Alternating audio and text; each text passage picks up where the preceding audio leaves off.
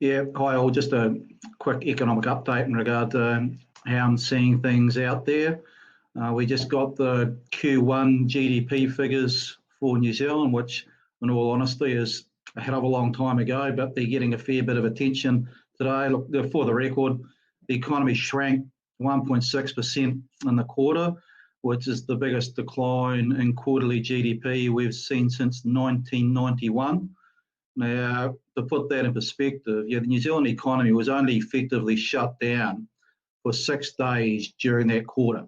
So that gives you a bit of an idea about what the potential economic hit could be in Q2, where we spent basically all of April at level 4, and then we've moved down to 3, 2, and we're now trading at a 1.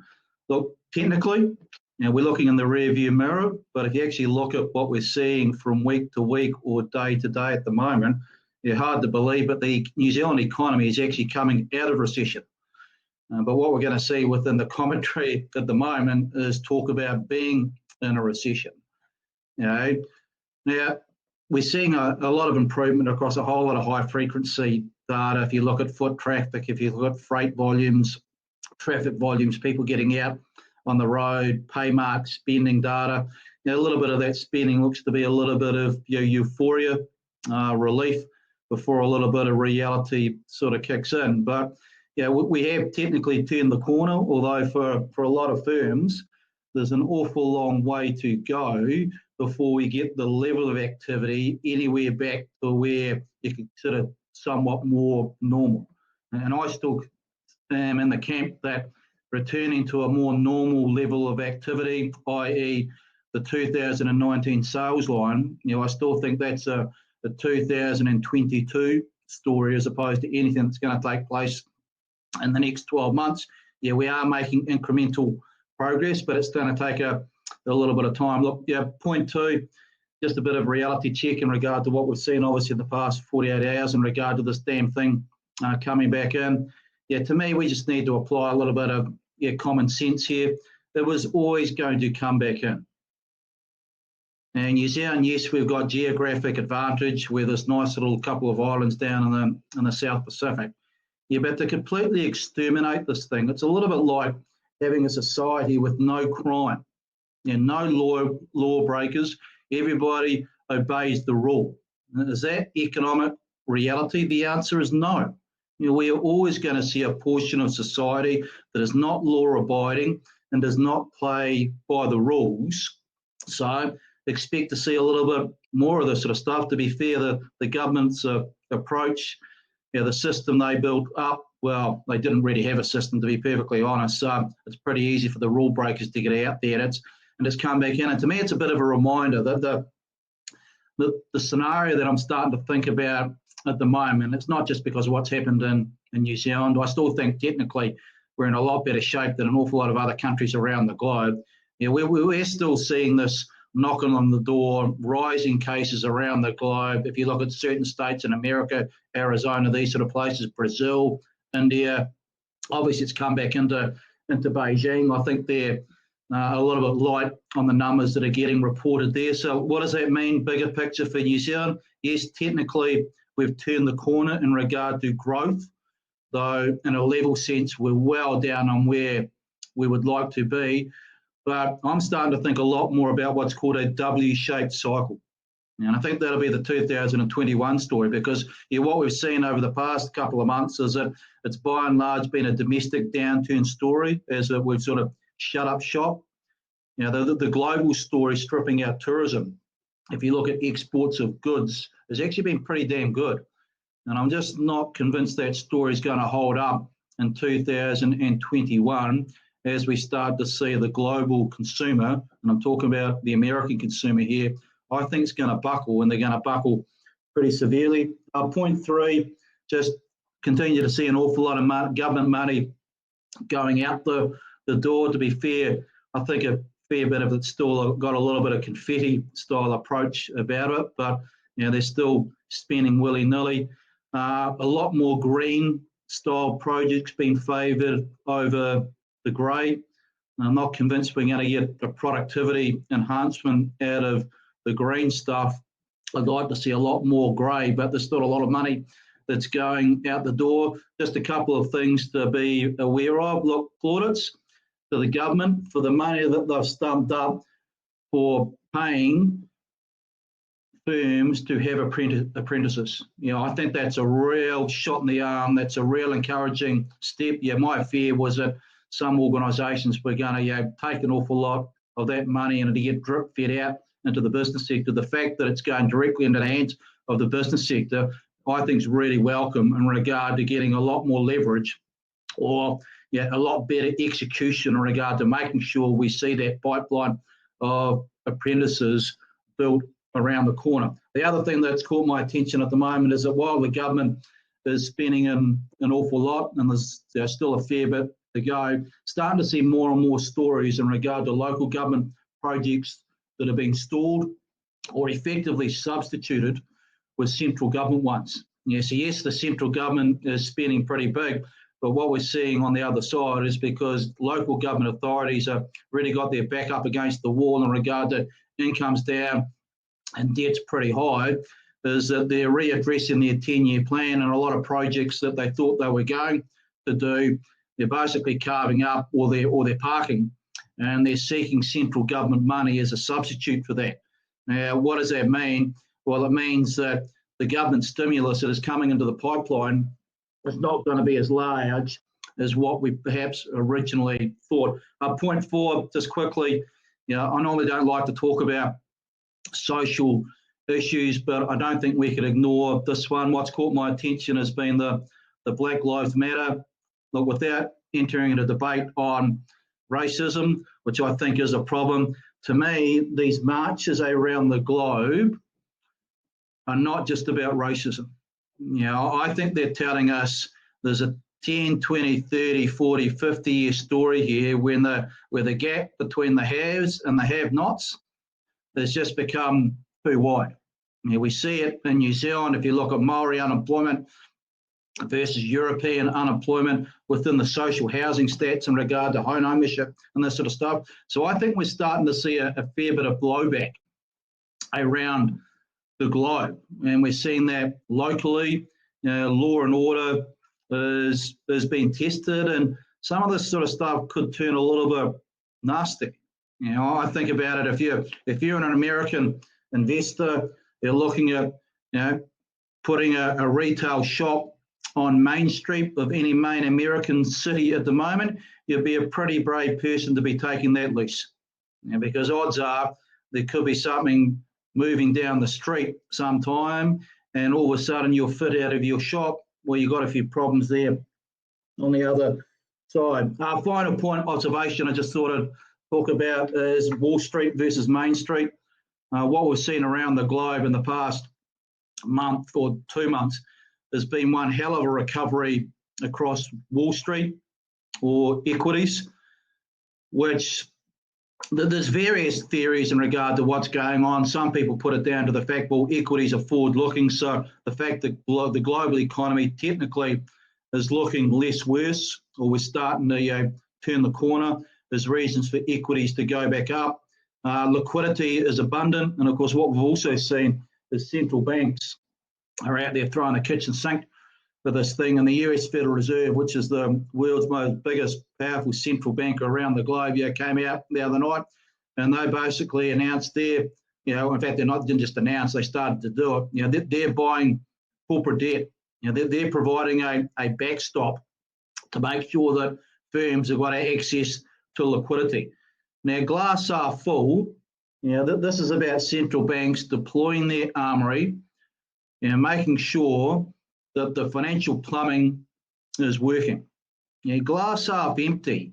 When you start seeing central banks implicitly underpinning asset values, what does that do? It drives a bigger wedge between the haves and the have-nots. The big winners here have been Wall Street, the owners of capital. If you look at Main Street, the unemployment rate, or job seeker benefit numbers, or what we're starting to see in regard to demand for food parcels, you've got a massive disconnect. Now, to be fair, part of this disconnect reflects one's forward-looking, whereas unemployment jobs tend to be a bit of a lagging indicator. Yeah, but I think central banks have got to be really careful at the moment, because the more they interfere in the market, the more they interfere with what's called the process of price discovery. If you're an investor out there at the moment, you're actually not quite sure what you're buying. Is it a quality asset or not, or is it just something that's been propped up artificially by this huge wad of central bank money? And if I go back and have a look at what I talked about at theme 4 in regard to Black Lives Matter, and starting to think about the social side of the ledger, the gap between the haves and the have-nots, that gap between Wall Street and Main Street at the moment, I'm just starting to find a little bit troubling in regard to where we're going to start to see the social side of the ledger pretty heavily overlap with the other side with the economic side of the ledger. So that's all from me. Catch up with you next time. Hey, one of the things I'm seeing is a real sense of optimism. I mean, in the construction industry, everybody's busy again because they're picking up where they left off. And so it makes sense that the predictions are really low. But there's a sense that there's this hope that if we can, and I know you've said right from episode 1, hope is not a strategy, but there is the sense of, if we can not be so doom and gloom and we can maintain optimism, that we can maybe help keep this afloat a bit longer or a bit better. Because, I mean, it does go that with the fear comes restricted spending and everything tightening up, and it's hard to tell what is reality versus what is fear driven, And you're absolutely right. And if you ever look at, one of the things that central banks are trying to do is to send out a message out there that, we're going to deploy all our arsenal. We're going to do whatever it takes to keep this economy intact. And if they can get that signal across, the idea is that people will deploy their own balance sheet, or they'll bring forward spending from tomorrow to today. Where you get back into investing. The price of money is so ridiculously cheap at the moment. The cost of capital is not an issue. It's basically telling people to get out there and look at doing something with your cash. And what we're seeing at the moment is, of course, bank term deposits, because they give you a rubbish rate. Well, banks are losing term deposits. The money's finding its way into other parts of the economy. So policy's actually working. But then you've got this, I guess, fine line between irresponsible euphoria versus reality. And there is an awful lot of good things that are going on across the New Zealand economy. We should celebrate that we're one of the few countries around the globe that is in alert level 1. But alert level 1 is still pretty damn tough for a whole lot of operators out there. Look, I'm starting to travel again, and I'll tell you what, those airports are pretty quiet. The accommodation sector is still bleeding. There's a huge amount of infrastructure work that's going to be hitting the economy. But if you ever look at, people are talking about travel, they're not talking about the economic impact of less migration. We got some numbers out the other day, and the migration numbers have basically gone to zero in the last month. What does that mean for housing demand? The number of construction units we're going to expect or need to get built in the next 12 to 24 months. Now, I know there's still a bit of a backlog in some parts of the country, although we can sort of debate how big that supply-demand imbalance is in different parts of New Zealand. But if we have migration that's not going to be much of a positive number for another 12 to 24 months, suddenly your demand for residential units goes from 35 to 40,000 a year down to probably 25. I mean, I'm saying essentially if people feel secure enough in their job, if they've weathered this and they think, probably still going to have a job, then there's some confident spending going on out there. There's people sniffing around and looking at housing and things like that. And I think if that shifts, or if that unemployment rate grows and people feel less secure in that employment situation, then we'll really feel the handbrake come up on the housing market. Yeah, and a lot of jobs at the moment are still being protected by the wage subsidy. Yeah. The property market is still being protected by 6-month bank deferrals. Yeah. It was really interesting the other day to have a look at the spin that the newspapers put on the property market. Yeah, they looked at the median sale price, compared it with May 2019, and lo and behold, the median sale price is still up a lot on where it was in May 2019. Yeah, but that's mathematical ignorance. Because if you actually have a look at April and May, what happened across the property market? The 2 months, number of volumes was really weak because of lockdown. So we've got to be careful how big inferences we make. But without a doubt, house prices fell across most of New Zealand. Now that's signalling a bit of a turning point. Is it much of a turning point at the moment? The answer is no. Your house prices are down 2 to 3%. You're down about 1% per month. So it's not the market's not getting skittled, far from it. But the market has certainly pulled back a little bit, which was not the spin that was put on it within the media. The other thing I'm seeing is like domestic tourism. There's a lot of optimism around domestic tourism, which is encouraging for some places. And I mean, okay, it was like maybe Doc or someone saying that a lot of the tracks and everything are booked out till Christmas with domestic tourists, and isn't that great? And it is good, but there's still no new money being introduced to the economy without foreigners coming in. So there's a couple of things that are going on. Look, one, New Zealanders, people just didn't come into New Zealand, and New Zealanders used to travel overseas as well. So all of a sudden, we're starting to see some funny things at the moment. So all of a sudden, you had people in Auckland that might have flown out and travelled around the globe in the couple of weeks of July. Well, they're not going anymore. And suddenly they find, they've got $20,000 that's unspent. What are they doing? They're taking a cheaper local trip. So Queenstown for the July school holidays, I think is going to be pretty full of Aucklanders. What we're also starting to see is some of the funny stuff in regard to suddenly up to the top of the queue goes the idea of spending a little bit more money around the house, refurbishing that bathroom that needed redone. You're not going to be deploying the cash on the overseas holiday, so the cash is still there. It's just going to get redeployed into another part of the economy.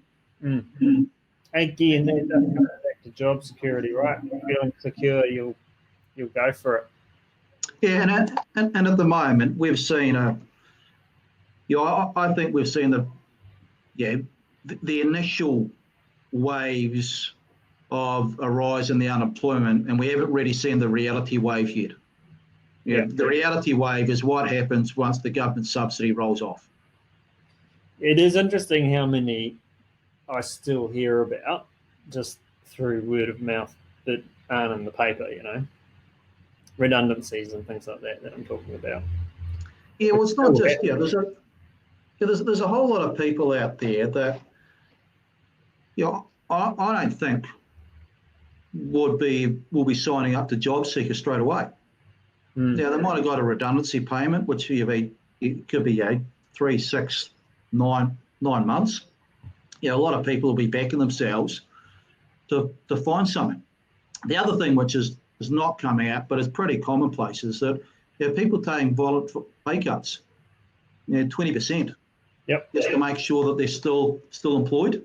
Now that's actually been a really nice feature of what's going on here, because it's actually showed a lot of collegiality between workers, employers in regard to pragmatism.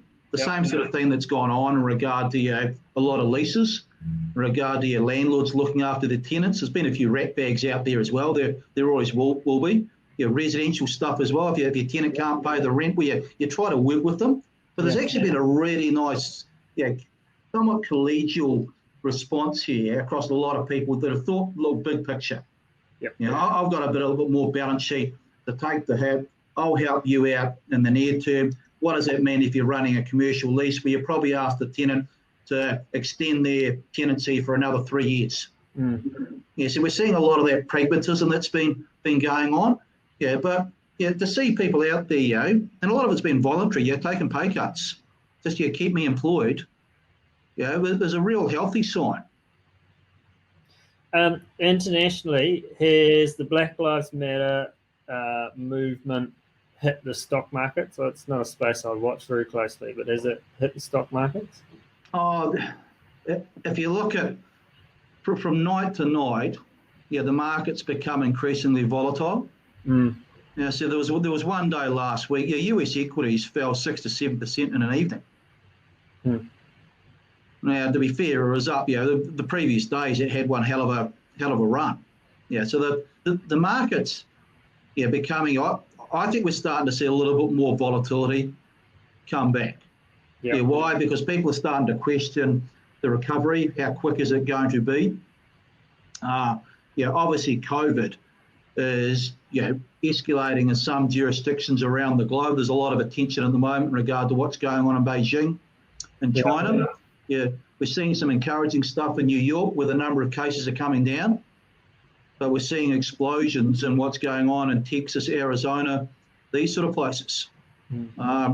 India's got problems as well. A lot of these poorer countries just do not have the health systems, or in fact, they don't have the traceability, to actually fully inform in regard to what's actually going on. It is fascinating. We went into that lockdown, 4 weeks in mind, and really that 4 weeks of disruption has dragged out to 2+ months. But even then, we've got a bit of a little rose-tinted view down here in New Zealand, because it feels like we overcame that relatively quickly, but actually the rest of the world's still in the thick of it. And we're seeing partial openings up in some parts of the global economy, with emphasis on partial. There's not too many places I can think of that are at an alert level 1. So you can imagine the interest when everybody turned up around the globe, and there's a sporting event on, rugby down in New Zealand. We've got full stadiums down at Forsyth Bar Stadium and up at Eden Park. That gets a bit of media attention.